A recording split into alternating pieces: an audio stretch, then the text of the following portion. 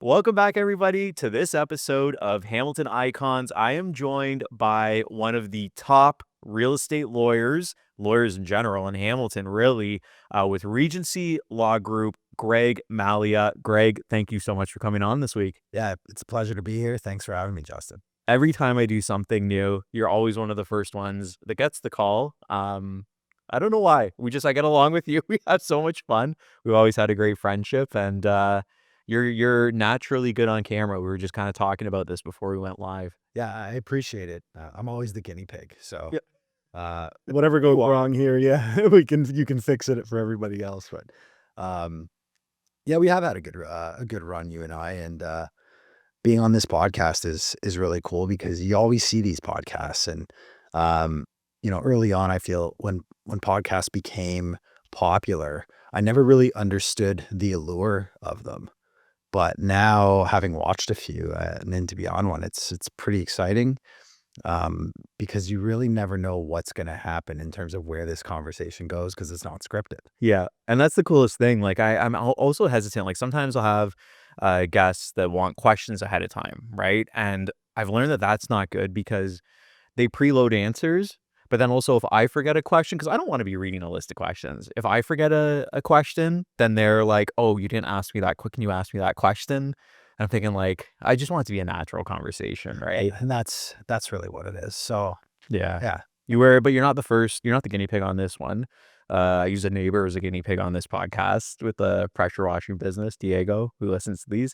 And he was my guinea pig, but the Cable 14, you were definitely the guinea pig for that. You were guest one, episode 1, season 1. yeah. You're the One day we'll look back on that, and your children and possibly mine will both be making fun of us. So yeah, they'll be wondering, they'll be like, you had hair? yeah, That's what they'll be saying about to me. both of us, No, you're hanging on there, buddy. barely hanging on. That's it. Actually, funny story about that show. After that episode, I was watching it. I actually had them next time they set up the set. I had them change the lighting because the way the light was hitting me, it made me look really bald. like shot. So I said, Yeah. guys, you got to like adjust it so it's not beaming right down. And I said, Cass, I don't look that bald, right? And she's like, well, the light's not helping, but so that's why I shaved my head actually because of the show. Did they like put an edit in where they like put a fake? I wish. If Some people like into the hair loss world, obviously follow it. I mean, I'm going to be bald at some point. And so it's like, okay, well, what side of the fence are you on? Are you going to go and get something done about it? Or are you just here to watch it go and eventually it falls out? And so when you start to actually investigate what options are out there, some of them are heinous. Yeah. Some of them are the ones where you can, like, it's like you put a sticky mask over your scalp and it's like the hair, but it's really just like a hat stuck to your head. Yeah. And just thinking that people are walking around with those, man, It's crazy. Just Just put a hat on. That's out there. Yeah. Well, eventually, I'm sure we'll be able to go to Turkey. We can maybe do a trip and write it off. We'll go to Turkey and we'll get hair implants together. That's my plan. I've seen some of those clips on the internet. People flying back from Turkey, Yeah. and you see these little these heads everywhere, and some of them are like bleeding. Yeah. Like imagine going back home. I know people that have, there's A lot of agents people that have do. done it. A lot of people do. Seen it.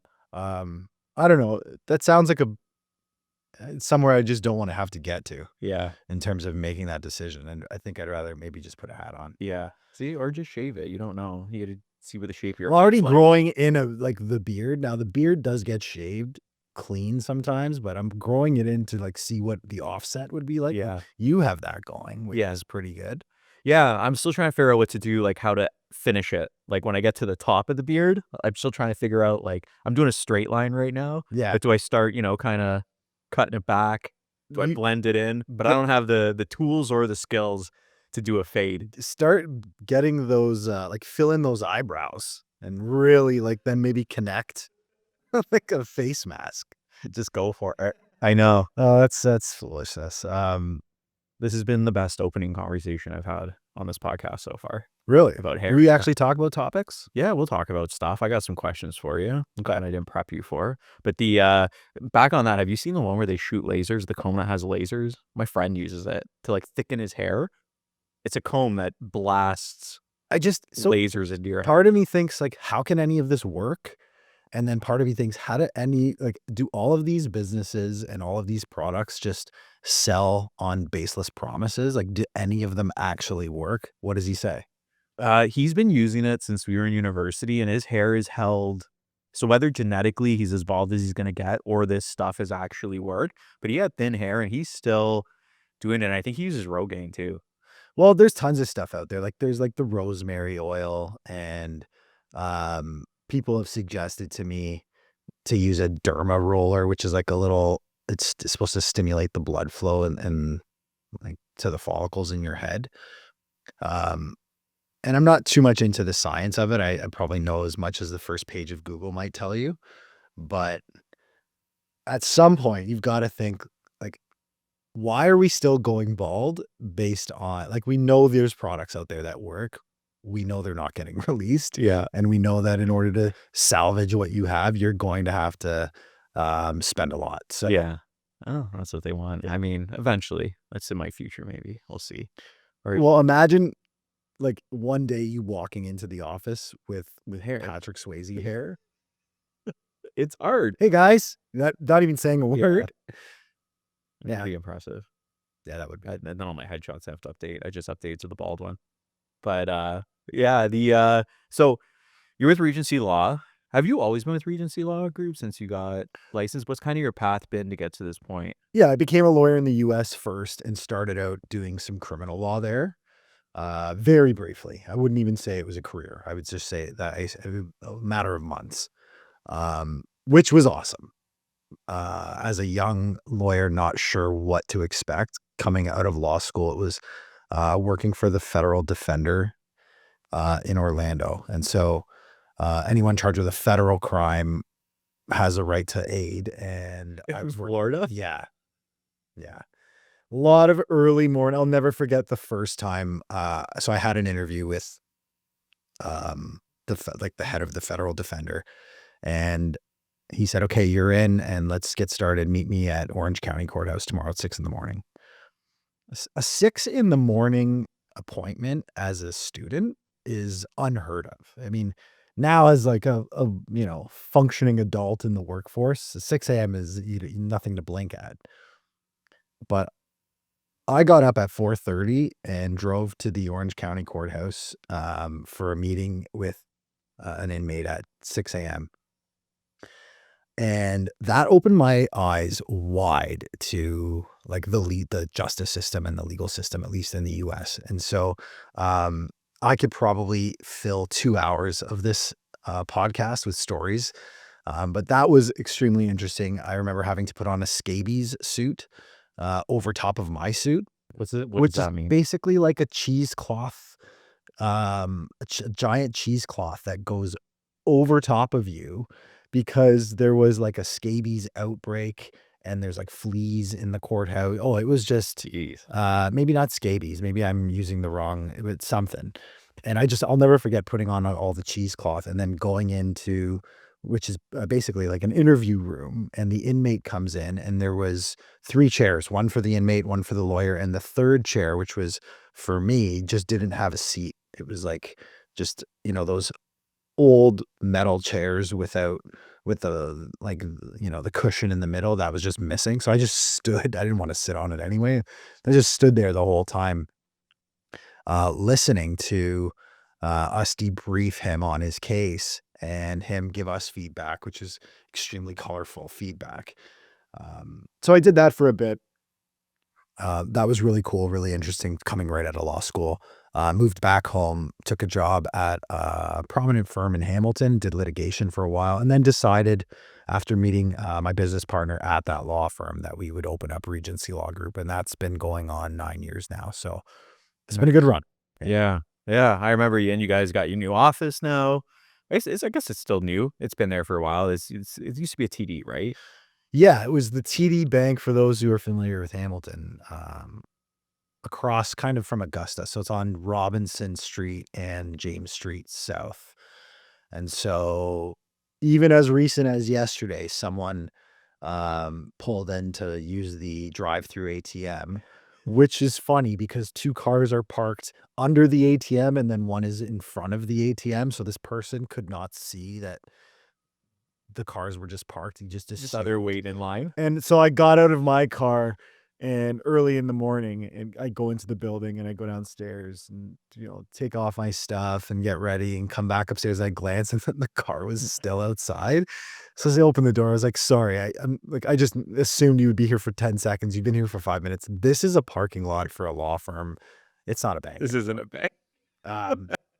People come in all the time still. Yeah. It's only been 2 years. I think it's been 2 years since we've been, this is the second winter now. So, Yeah. yeah, it's been great. It's definitely a change from being in a high rise, like the work environment.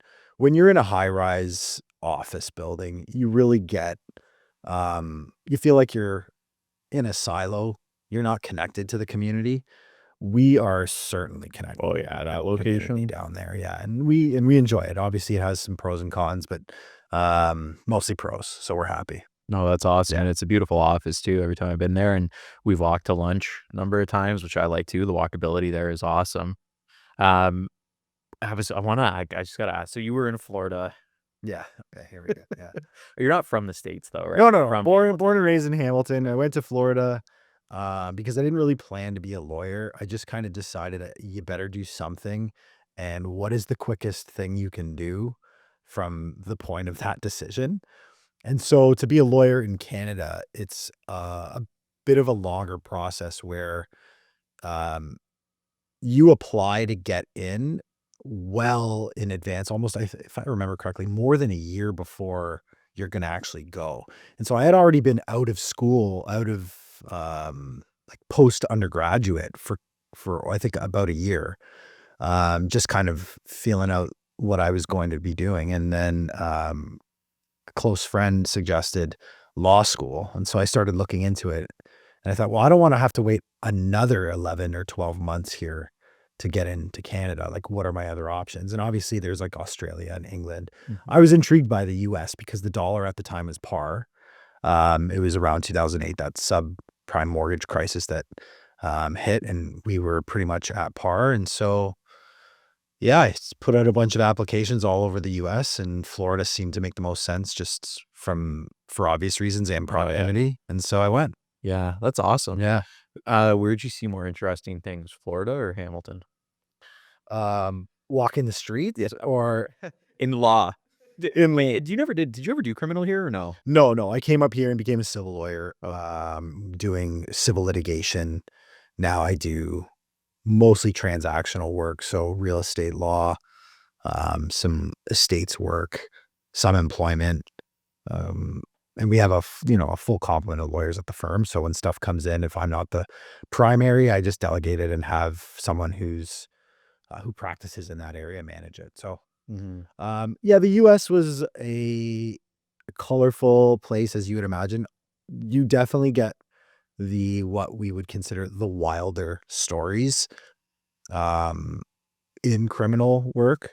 Some of them were, I know I've used this word already, but pretty, like when I say heinous, some of the crimes were heinous. I couldn't actually even believe what I was hearing. And then watching those trials, and participating really in the trials, interviewing our witnesses and putting together like defense to whatever case the prosecutors were bringing. What I really learned about Florida was a lot of people would come up to me and say, like, how can you defend these criminals? And what you learn quickly, you're not defending criminals per se. You're ensuring the justice system is prosecuting people according to the law. Because a lot of times you find that the law does work both ways. And so you just want to make sure that the prosecutors, at least down in the US, and I'm sure here in Canada as well, aren't cheating. And that the police officers aren't overstepping their boundaries. And that's that's the way it should be. There should be checks and balances. And so a lot of our strategy as defense lawyers from what I remember in the US was, were proper procedures followed to ensure people's rights aren't violated. And I'm not saying that sometimes rights were violated intentionally, but unintentionally. It's just like anyone. If you make a mistake, it has consequences. The consequences for making a mistake as maybe a police officer or a prosecuting lawyer means someone does, you're not able to prosecute them, and they are innocent or at least acquitted. Wow. Yeah, so, but then you made the shift to more transactional real estate when you came here. What kinda brought you there to go down the real estate path? I decided after working in Hamilton for a litigation firm that I wanted to service more of our community. And so at the time, that law firm serviced corporations, let's say, banks, insurance companies, that sort of thing. And so I didn't really get client engagement. It was more of a institutional type environment. And so when my partner and I decided we would open up our law firm, we decided on a different model, and that model would be based on servicing the community. And so the transactional stuff was really a good way to um, expose the law firm's values to the community at large by helping people who need it. And these are, your friends, your family, your aunts, your uncles. And then from there, your client base starts to build based on your reputation. And, that's really what it's all about. I find that we thrive as people when we are doing work with other people, whereas when you're kind of just sitting in an office by yourself all the time doing the same thing, that you don't really get that same motivation and that same satisfaction from what you're doing. And so it's a good balance now. And the transactional type work is definitely something I enjoy. Yeah, you're dealing with people too, like, we're in the same industry, so you also probably go through some headache stuff too. And I remember you guys were one of the first ones to continue to adopt the virtual signings, um, during and post-COVID, Yeah. which is huge. Because I still have people tell me, like, "Oh, I have to go to my lawyer's office," and I'm thinking, "What? What do you?"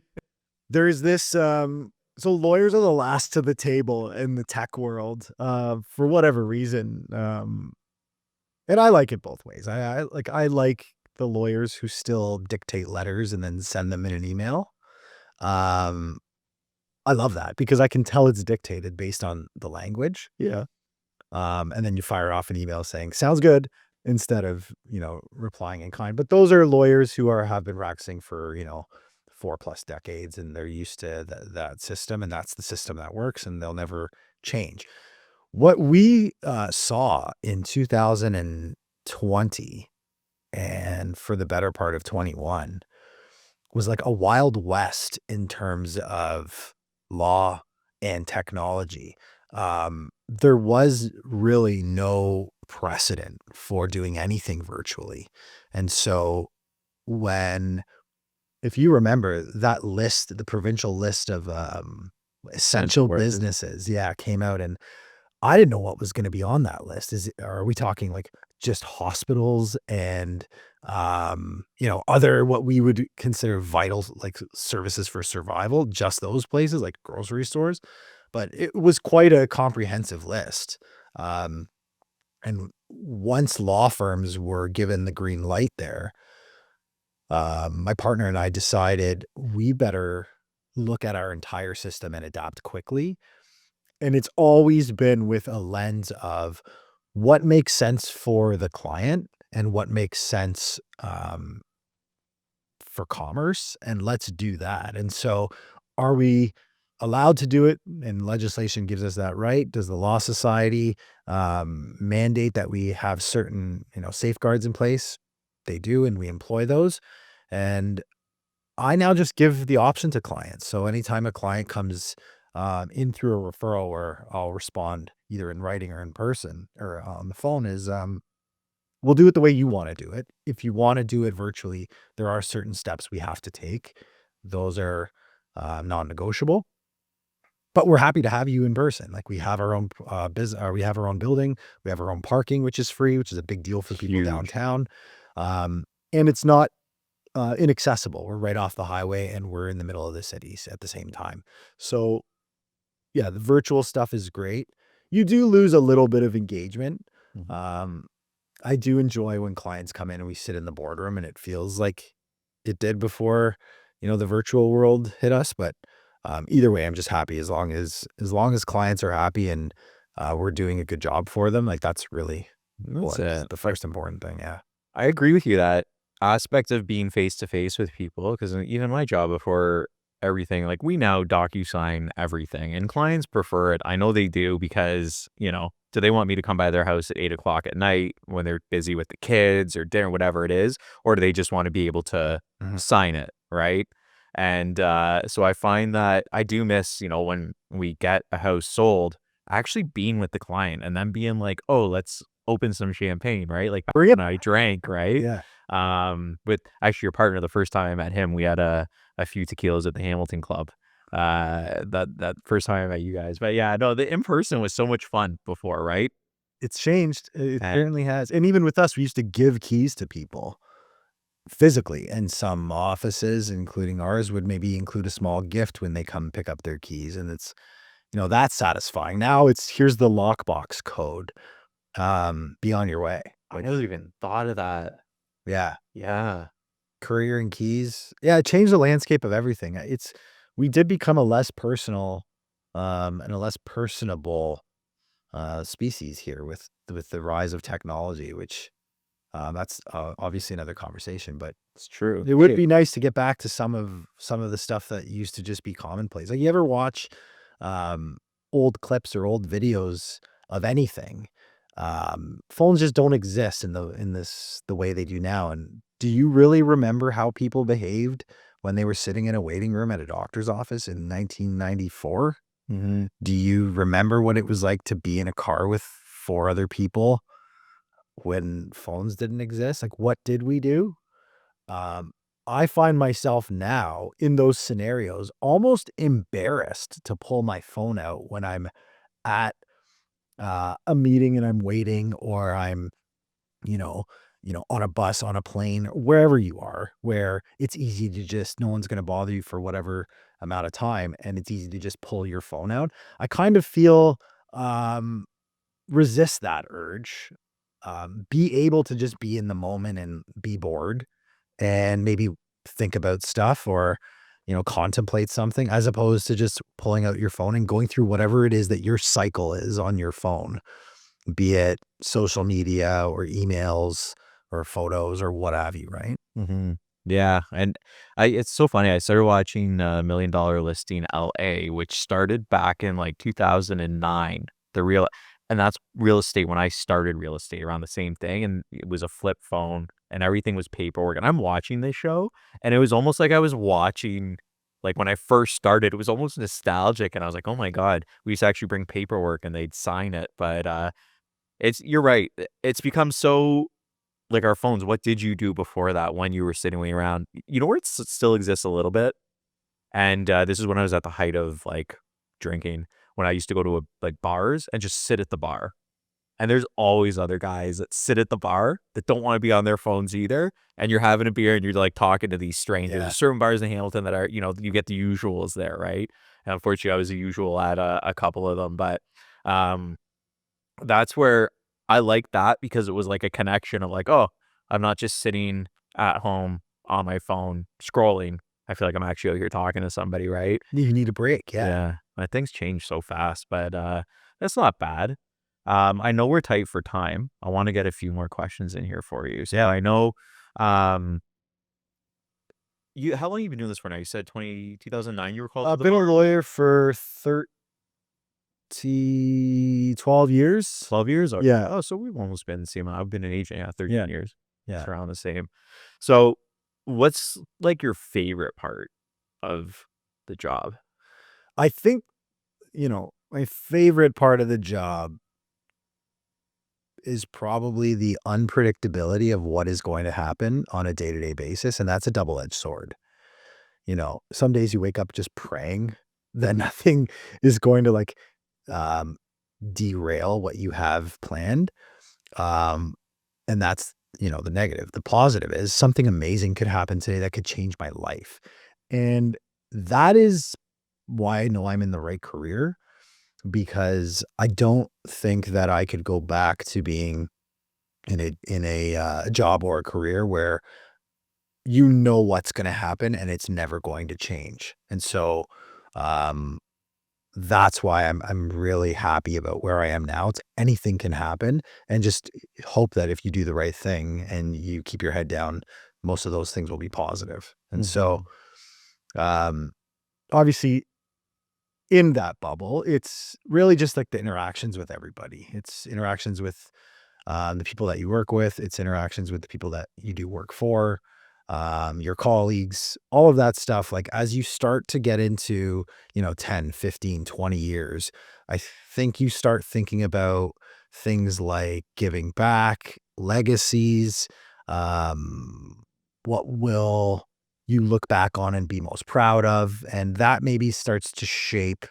the decisions that you make and the goals that you set for yourself.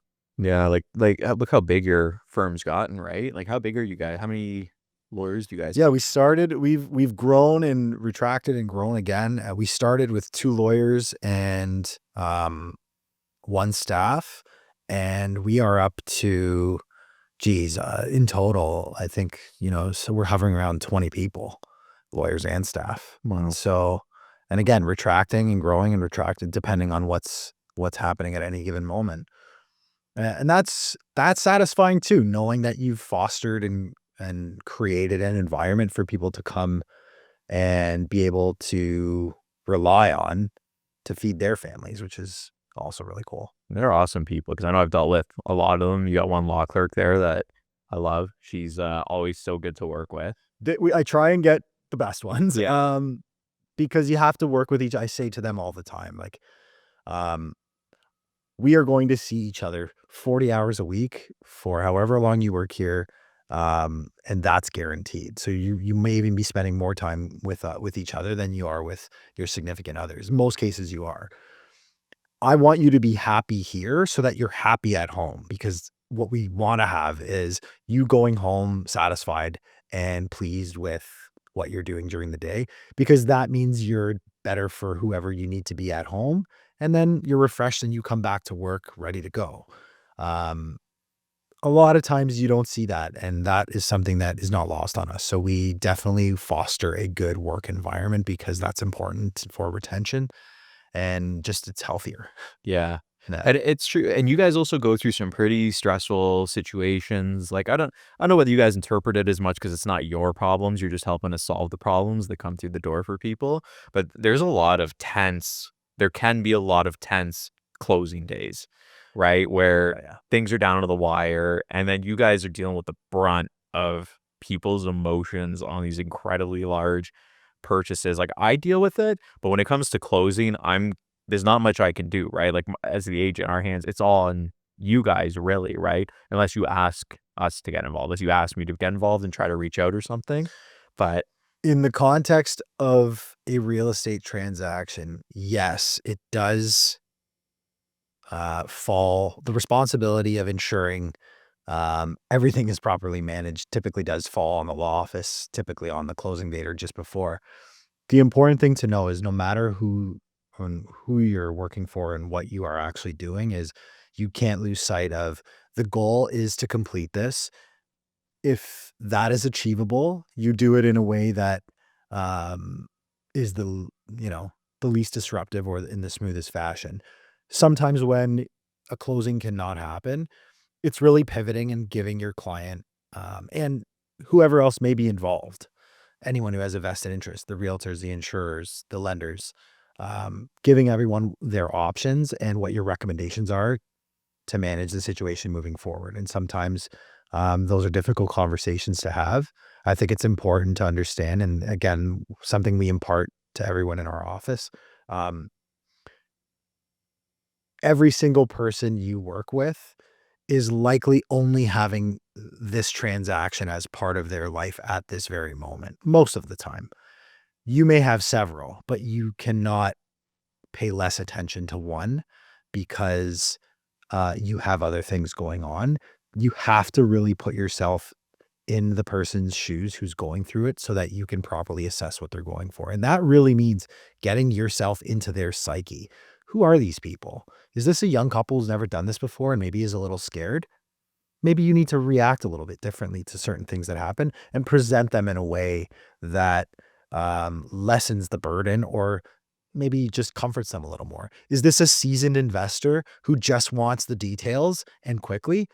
Adjust for that, right? And so that transcends all relationships, I think. And, that's always a learning curve. You'll never be perfect at it. Some people are better than others, but it's always something to improve upon. And ultimately, I think people forget the lawyers. You're growing your business yourself. You're like an entrepreneur, right? Where people think when you're a lawyer, it's just kind of your job, your role, you're doing these transactions. They don't realize that you actually have to get the skills necessary to help get the clients, make the clients happy and deliver customer service, right? I think people overlook that when it comes to the law profession. Law and lawyers would benefit from sales, from some sales seminars. You wear all hats. I think that you wear those hats, but your primary hat is to be the lawyer. And so when you have an issue, that's your responsibility to make sure that's navigated. But you do wear all those hats.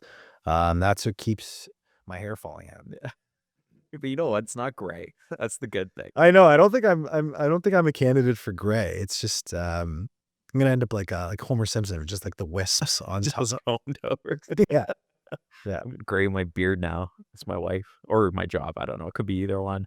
But Those terms are also interchangeable. yeah, all right.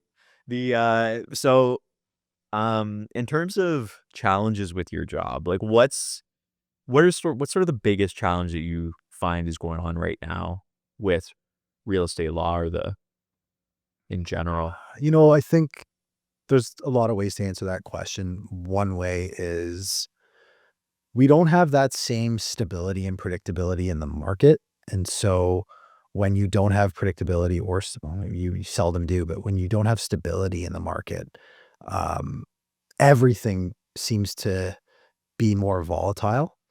And so you really have to be on your toes because you have to be able to respond to anything that may happen at any given moment on any file, because people's reactions to things change and people's expectations change and people's situations change, especially with, things like the change in legislation for the capital gains that was introduced and now, pulled back. It's a lot of people made decisions quickly that had financial implications for them that may not be the same decisions today had they known all of this was going to happen. And so the landscape constantly shifts. And so for us, it's really just about trying to understand that you have to control what you can, and the things that you can't control, you simply just have to prepare for them to happen. And so stay organized and stay positive, stay healthy. All of those things are essential in terms of performance. Yeah, well, that's true. Like it's a good point. When it comes to dealing with those challenges, like I don't know, are you good at separating the work from personal, or do you find that you bring it home with you? I think like you could probably see it that I'm wearing it, but when I'm at work, it is like this Greg Mallia is the only person who exists. I'm never thinking about what's going on outside of that office when I'm in that office. It's the opposite almost when I'm at home. You struggle to separate. There's a bit of a longer buffer period there, so the ride home is usually a good cleanser. But yeah, when I'm at work, it's almost and I think I've just always had this, or I just can't really put my finger on it. But when I'm at work, that is the only role I have in life, and then it shuts off at some point when you get home, unless it can't. And then I think, as a piece of advice to people or even younger lawyers, you just have to work on that skill. because otherwise, if you blur the lines too much, one will overtake the other, and it's just not a good balance. You need balance. It's good you can have that balance, right? So with my industry too, for the first probably 10 years of my career, it came with me everywhere. My job was just what I did. Like at night, I would lay awake at night worrying about a deal, worrying about something, worrying about this couple, worrying about this situation. And then finally I was able to get to the point that it was like, okay, it's out of my control. I'm not going to worry about it. Like, trying to separate it, and it becomes difficult, right? But thinking about it though, I think is also early on what helps you get, because you're constantly involved in it, but learning to step away is definitely important. And you never like I'll never have a vacation for the rest of my life. Like there's no, oh, I shut it off. Bye. Like it's always there, but just manage it. Know that like things are going to happen between, 8 a.m. and 8 p.m. most of the time. If they do, respond to it. Get into the mode of responding. Be the person you need to be to manage that issue. Sometimes it's going to disrupt your life. Hopefully it doesn't disrupt your life at a key moment in your social life or your personal life. But if it does, that's your responsibility. That's what you signed up for. And once it's managed, go back to what you were doing. Like it's just the compartmentalization of it.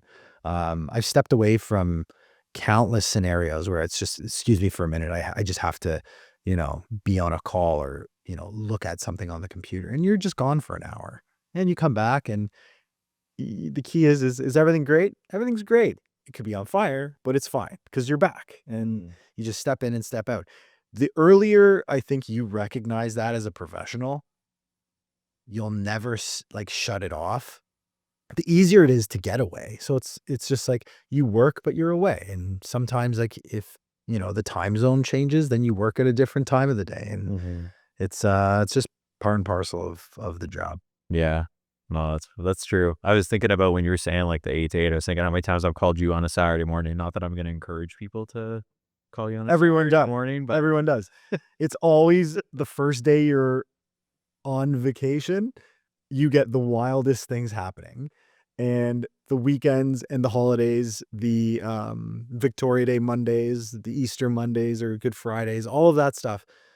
And it's always sorry to bother you on a weekend. And my response is like, just don't apologize. Don't feel bad. Like you have an issue because we're all really in this kind of industry, like together, I guess. Like we're all in the same industry. Like we overlap. You have something that came up. When I get those phone calls or those text messages or emails, like what I, think about is, here's someone else who is maybe not expecting something on Saturday at, swimming lessons or hockey practice, but their obligation is to respond to that. And part of their obligation to deliver for that client is to use their network to get an answer. I'm part of that network now. And so, yeah, I'm available as well. Do we love that? I mean, to an extent, nobody does, but it's not about whether you love it or not. It's just part of it. And as soon as you accept that and, kind of embrace it, it's not a problem. yeah. It is what it is. It's just another opportunity to talk to someone and help. It just happens to be at Saturday at 9 a.m., then, Wednesday at 2 p.m. Yeah. Yeah, you're right. So many issues arise in like the weird hours. It's like, you normally run into an issue at like 1:30, 2 o'clock in the afternoon on a Tuesday. Never. It's always like a Friday at 5, or especially for you guys, close to that 5 o'clock mark when the closing window gets tight. I feel like that's when it becomes really, really high stress for you and your clients, really. Thursdays and Fridays are heavy. Those days for sure are heavy. It just goes back to, it's part of adjusting how you live. And now how I live is basically, if it's slower or slow, or you have an opportunity or a window where nothing is pressing, take advantage of it. Get on a plane and go somewhere, or open that book that you said you were going to read and do it, or start that project, do something, because that's how you balance and recharge. You might not have control right at this moment over when, but you definitely have control over what. And so as soon as you have a break, take advantage of it. And maybe that's, you're heavy on Friday at 7:30 p.m., but maybe Sunday at 4 p.m. no one's bothering you. If you play golf or something, go play golf, or, go for a bike ride. Mm-hmm. Yeah, it's good advice. Like, what day do you think people should be closing on? Thursdays? How If we you're a seller, try to avoid Friday because when you pay your mortgage off, you have to generally pay interest on a day-to-day basis. And there's no guarantee that that mortgage will be paid off on the closing day if the closing happens later in the day. So what you have for these Friday closings is mortgage interest, which may be, for example, $150 per day that you have to add on from Friday now till Monday because you've had that mortgage not paid out for those extra days. And so I would always recommend as a seller to avoid a Friday because you just save a little bit of money on the mortgage buyout or payout. For buyers, I think the same may apply just for different reasons.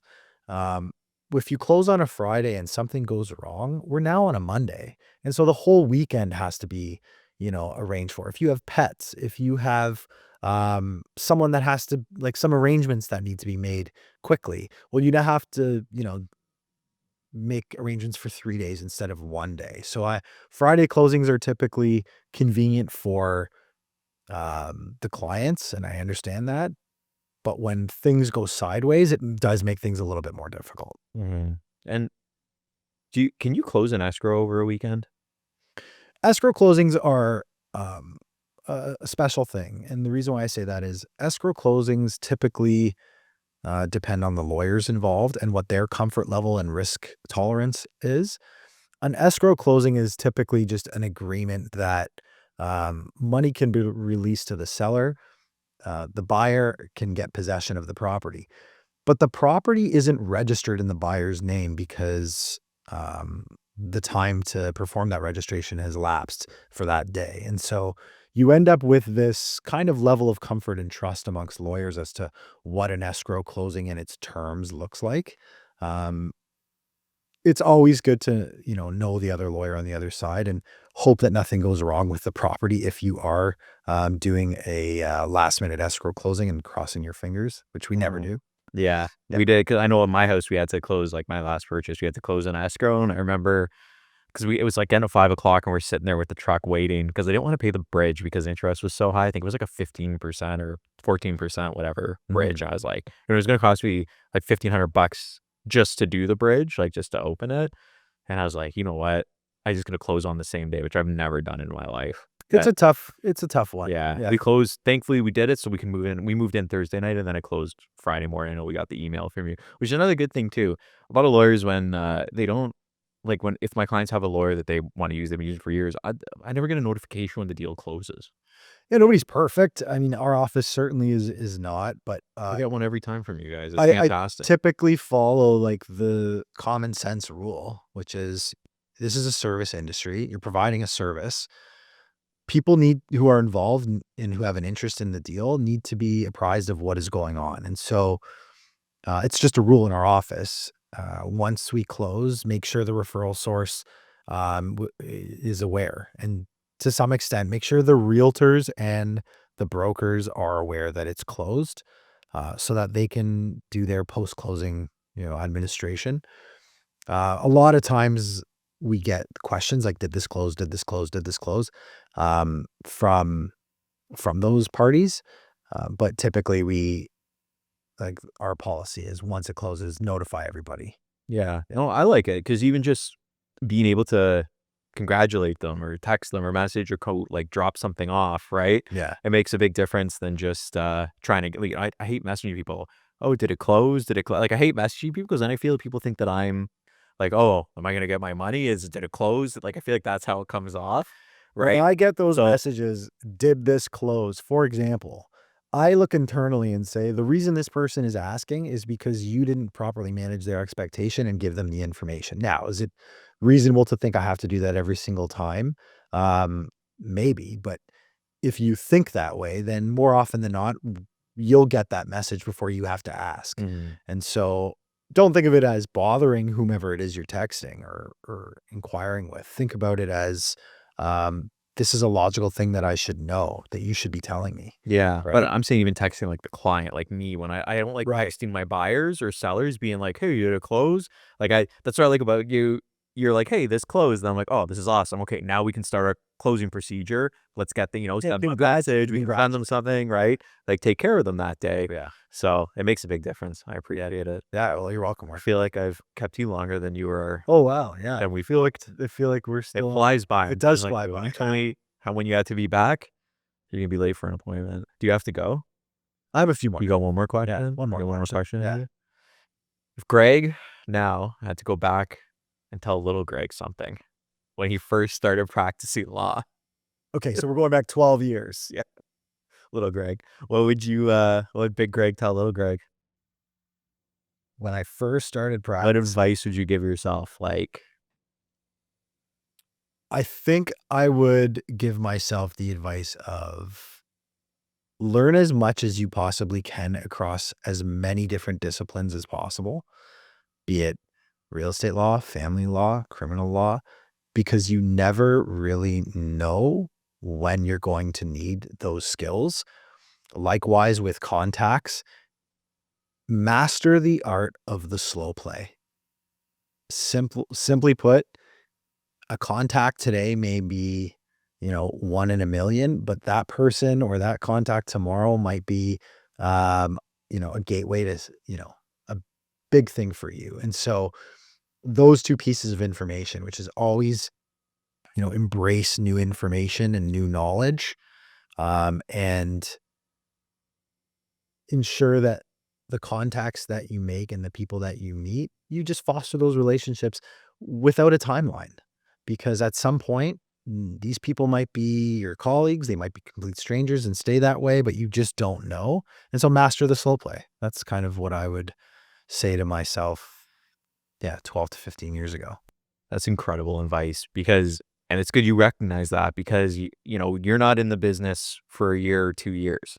This is your career. You're in it for 30, 40, maybe you plan to die at your desk. I don't know. Yeah, guaranteed. 100%. I always say die in an open house, but that's great advice, right? Because you don't know when just connecting with that person is going to come around in 15 years or 10 or whenever it does. Yeah. Right. And a lot of people now starting out, no matter what industry you're in, you want those results to be instant. Everybody does. Right. And necessarily might not be. Right. And you have to just continue to build those And let things relationships and not happen. push it. Let things happen when they're going to happen. You can't force something. I think younger people, or anyone who's doing something, and is just starting out, everyone has this anxiousness and eagerness to get some result right away. Assuming you can bear the brunt financially, if you just let things happen and go at them with some like longer term goal, they typically will work out in your favor. I like it. Yeah. That's good advice. See, I never asked that question ahead of time. I want it on the Should lead with answer. Lead with it? You think so? Yeah. That would just throw, I don't know.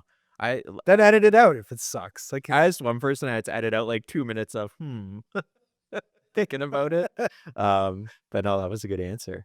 Well, I'll let you get back to work. I appreciate you staying a little bit of extra time today for this podcast. This is fun. We'll definitely get you on again sometime down the road if you're open to it. But yeah, thanks for coming on, Greg. I appreciate it. great. Thanks a lot, Justin. To everybody else, thank you so much for tuning in again this week. It was super exciting to have you. If you haven't already, you can click the video over here and view last week's interview. It was a great one. You're not going to want to miss it. We'll talk to you again soon. Take care.